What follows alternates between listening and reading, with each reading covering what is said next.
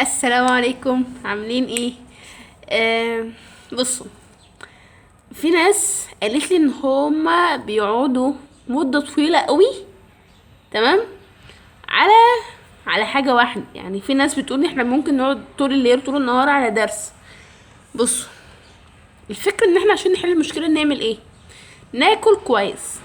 تمام، لان طبعا الاكل بيكون له فايدة اكيد يعني. وننام كويس. تمام. ونبعد عن التليفون، ونبعد عن السرير. تمام. ونذاكر في وقت صح. انا قلت لكم قبل كده في فيديو قبل كده ان افضل وقت تذاكر فيه اللي هو الفجر. تمام. او في ناس بتنام بالنهار وتقوم مثلا من العشاء، مثلا تصلي العشاء وتذاكر لما نبقى مثلا فاهمين اللي هو بالليل. فالفكرة ذاكر وانت مرتاح، وذاكر في جو هادي. وذاكر ازاي؟ لازم تبقى فاكر الشرح.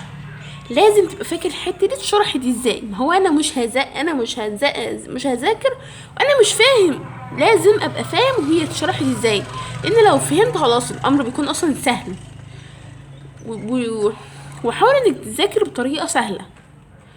وبرضه حاول انك ما تركمش حاجات كتير وما تقعدش تفكر. يعني ما تقعدش تفكر في اللي بره واللي رايح واللي جاي واللي اتعمل. ماما عامله ايه؟ ماما عامله اكل حلو، ما تقلقش بجد يعني. ففكرة ان الواحد بيضيع وقت، ما هو انت بتضيع وقت عشان مش مركز. فانت لو ركزت تمام ونمت كويس، اكلت كويس، عملت كل حاجة في وقت كويس، تمام.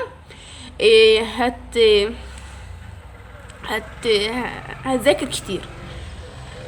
بمناسبة ان انا بحس دايما ان انا عندي خمول ومش قادر اذاكر، مش قادر اعمل اي حاجة. ايه الحل؟ وفي ناس بتقول احنا عارفين بتعب اهالينا، ومهما النتيجة ومهما الناس قالت لنا ان احنا لازم نذاكر عشان يوم النتيجة وبتاع ما بنذاكرش. بص، انا عارفه ان هي ايام صعبة. تمام. وعارفه ان هو كل واحد ليه طاقة، بس انتوا لسه في اول السنة، يعني خلوا الكسل والحاجات دي في الاخر. فبصوا يا حبايبي، تعملوا ايه وانتوا قاعدين؟ ما تحملوش نفسكم فوق طاقتكم. هو اللي ربنا كاتبه ده اهو، مش هيحصل غيره. في ليه نشيل الهم وليه نقلق؟ هو اللي ربنا كاتبه هيحصل خلاص. اللي علينا ان احنا نذاكر.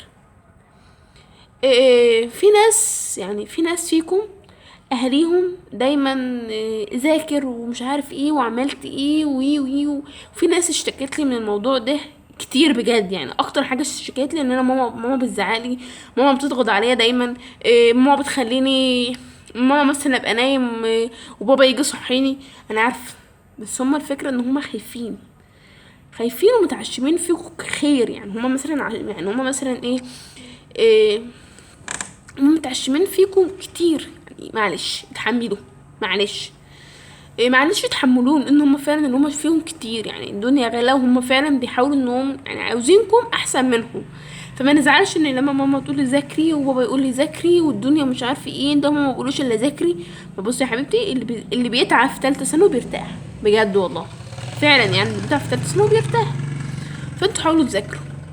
ويعني انا عارفه ان هو لما بيكونوا ضغط من اقرب الناس لينا. تمام. وان احنا لما مثلا الناس بتقعد تقول لنا مش عارف ايه ويكونوا هم اقرب الناس لينا احنا بنزعل. بس هم غصب عنهم. متزعلوش. ما تزعلوش. لان اهم حاجه عندي ان انا هذاكر. تمام. وهعمل اللي عليا وبس. إيه